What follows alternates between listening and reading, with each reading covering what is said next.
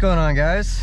So I've had this lovely G80 M3 LCI for a little over a month now, and I thought I'd give you a little run through of the new iDrive8.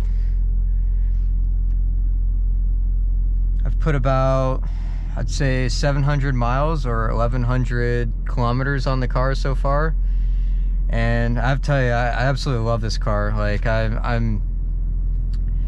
I did not expect it to be as great of a drive and just enjoyable drive in general as it is, and especially with this iDrive8. When I found out that I was getting the new iDrive8 instead of the iDrive7, because I originally ordered this to be a fiscal year or manufacturer year 22, and then it got pushed to 23, and that's how I got the first 23, is because I got, you know, pushed from this 22 year to 23.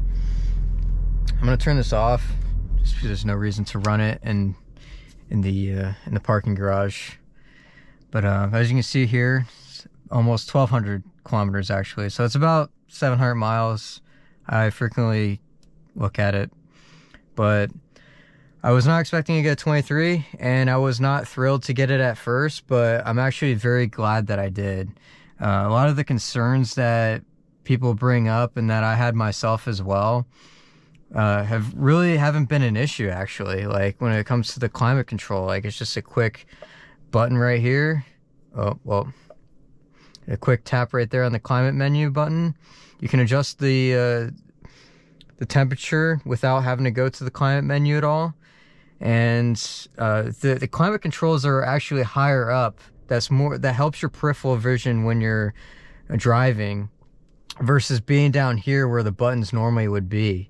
And that's actually one of the things that I like about this new all touchpad kind of design, the TV or the tablet screen, however you want to call it, design, more than actually having buttons in a certain way, is because everything is higher up, more towards the view of the road, so that you don't have to look down here even for buttons. Like, yeah, with buttons you have a, you know, that touch, that feel that you get with them that you really don't get with the touchscreen. However, it kind of like makes up for that with having the controls higher up towards the view of the road while you're driving, so it doesn't really affect you as a driver too much in terms of distraction and whatnot.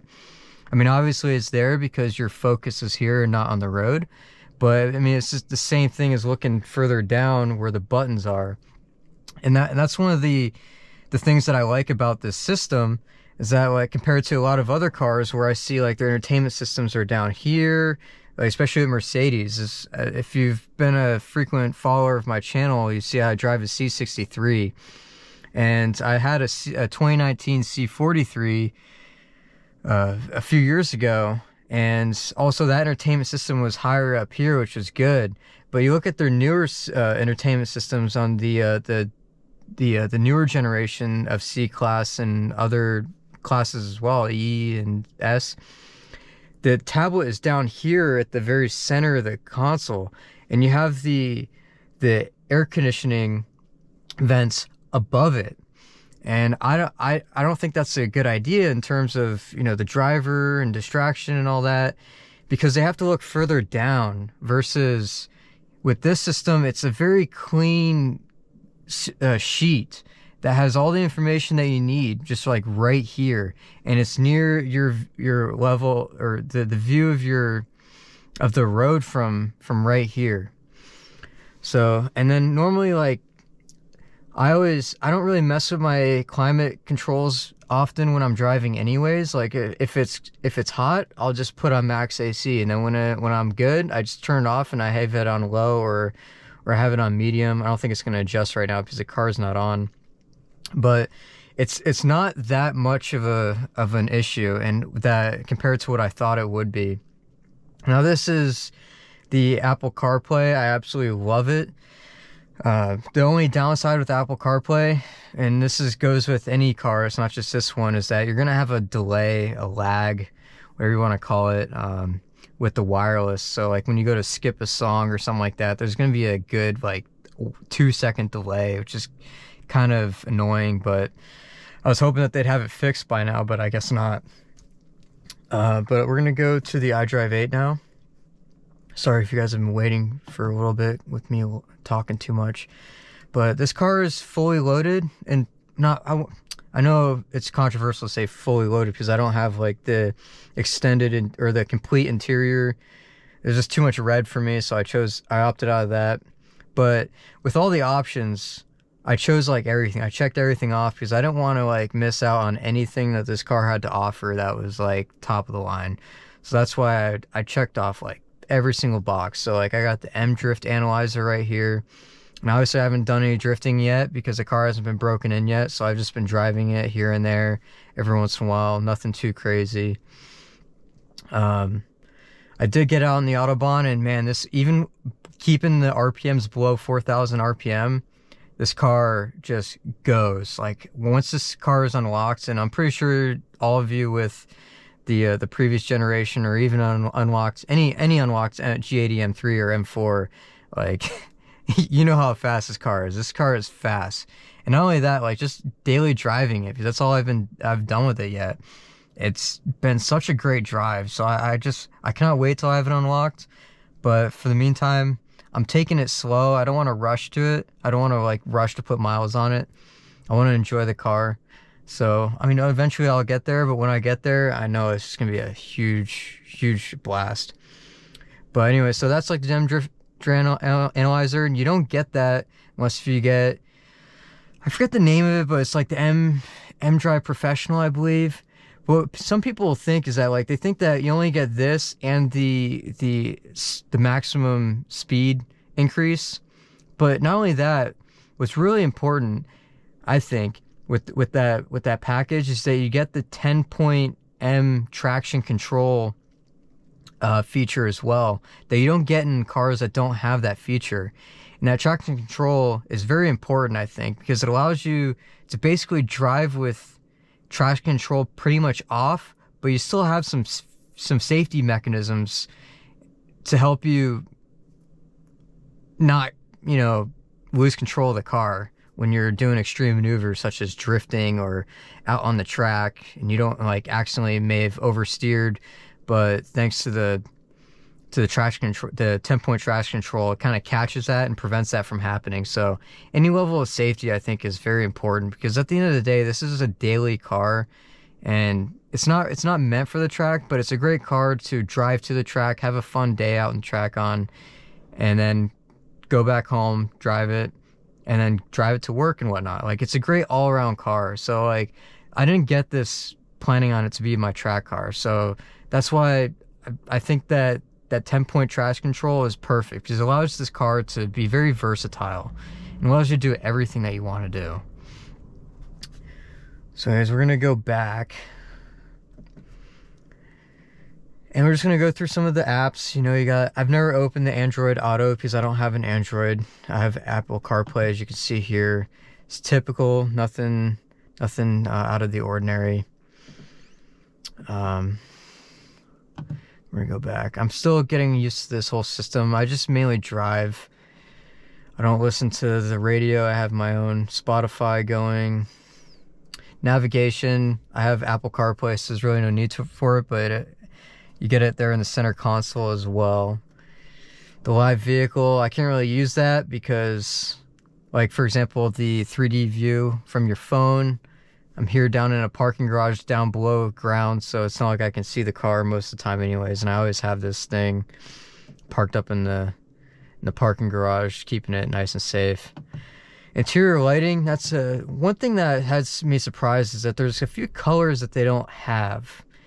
And you'll see here as I go through them, they, like, for example, they don't have red. Like, I have a red interior. I'd like to have red lights to go with it. So the best thing I could do is flamingo, or no, I have it on coral, which is like a darkish orange. Because like I just don't feel like blue goes with the red interior that well, and all the other colors are just meh. So this is like the best that I have. So I was kind of disappointed on the colors. I know like aftermarket you can program these lights to have any color you want because they're RGB, but I like to keep everything stock, and I really don't want to mess with the electronics in this car. But anyway, so for everything that comes from factory, you got ivory. Actually, I'll go through the colors like this. So you got ivory right here. I don't know if the GoPro will pick it up very well, but so like I said, I'm still getting used to this whole. Why is it not going back?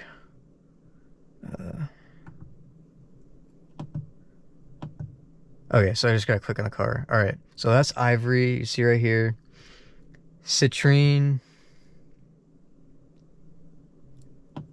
It's like a yellow.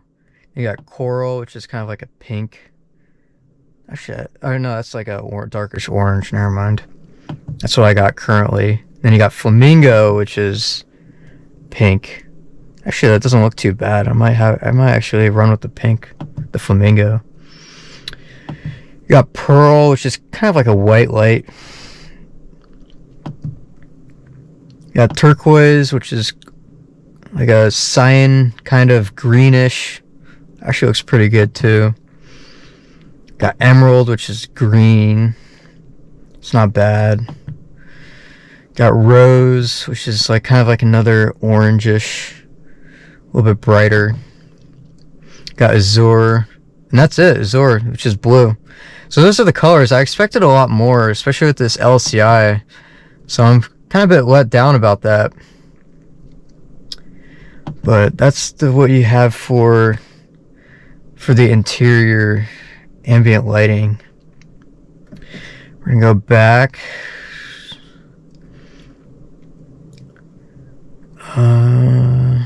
Got digital key, which is nice. Just basically personalizes the car, and the car knows who's driving it, so it goes to their settings. See, like, I really don't mess around with this too much. I just enjoy driving the car, really. Got displays. This kind of, it's just the instrument cluster and the heads-up display, adjusting it. I don't know if you can see it right now. Oh, kind of went away.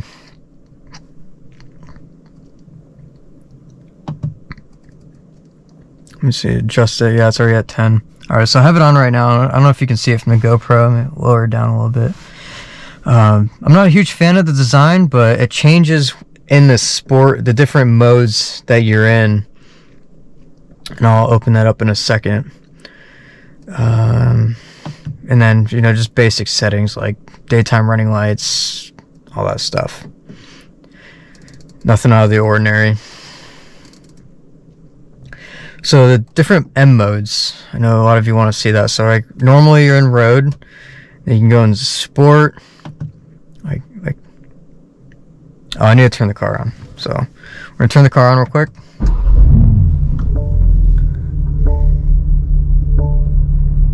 It's telling me that my seatbelt's not on. All right, so sport. You see how it changes the instrument cluster a bit, and then it also changes the heads-up display. Not sure if you can see that or not. The heads-up display gets more sporty, which I really like. It tells you your RPMs, and then it's just a lot more friendly for motorsports down here as well. I've never actually had this on track mode. I'm not sure if it's going to turn on. I think the car needs to be unlocked for that. No, actually no. So this is the first time I have track mode on. I guess it turns off the center console and just leaves it at the heads-up or the heads-up display and the instrument cluster.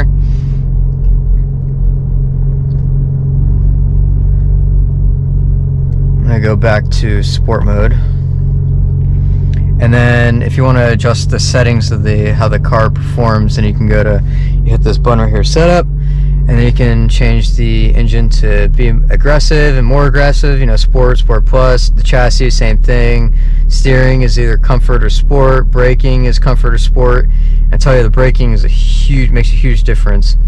And then the traction, which is four-wheel drive sport, which is the 10-point traction control, and then the rear-wheel drive option as well. And here's a 10-point traction control as well that you get from, I believe it's the MDrive Professional, but don't quote me on that. They have a few options that are similar, but I checked all of them off. But yeah, that's like how the design changes a little bit on the instrument cluster. Then we can go back to road, and it gets back to normal. So it tells you just like, you know, you're in park, your speed and whatnot, navigation. So I'm gonna turn the car off because I don't want to run it too long down here. But yeah, that's basically iDrive8. There are a few other minor feature or changes to the LCI. Like for example, which I was kind of disappointed about, is right here they removed the M3 Competition sticker. I could do the aftermarket, but again, it's just like, why does that not come with it now? I don't get it. But yeah, for the most part, I really like the new screen. I know some people have complaints about that. It's pretty controversial, but at the end of the day, like, you got the previous generation, it has screens as well. You got a screen as an instrument cluster, and then you got a screen as an infotainment system. It's the same thing. It's just done more in a more sleek design, and it's the resolution on the screens is far more crystal clear and crisp compared to the iDrive 7. I drove an iDrive 7 X5 M50i for a few months, and it was great. But going from that to this, you'll definitely notice a huge difference, and it's a very nice improvement. Obviously, you know, it's nice to have, you know, instrument clusters and whatnot, but for everything, for being a full digital display, it actually kind of reminds me of aviation with the full glass cockpit. If any of you are pilots out there, it reminds me of that, like a Garmin glass cockpit, which is really sick. I mean, it gives me that feeling when I hop in this car, like I'm hopping into a spaceship almost. It's really awesome. And then obviously when you put the pedal to the floor, and you feel that launch control, you definitely feel like you're launching off into space. So it fits the car very well, I think. So yeah, I hope you guys enjoyed this little review. It's been about a month, you know, 700 miles, so not a whole lot of driving done so far. Hopefully I'll get just a driving around town video out soon. It's just the weather isn't that great right now here in Germany.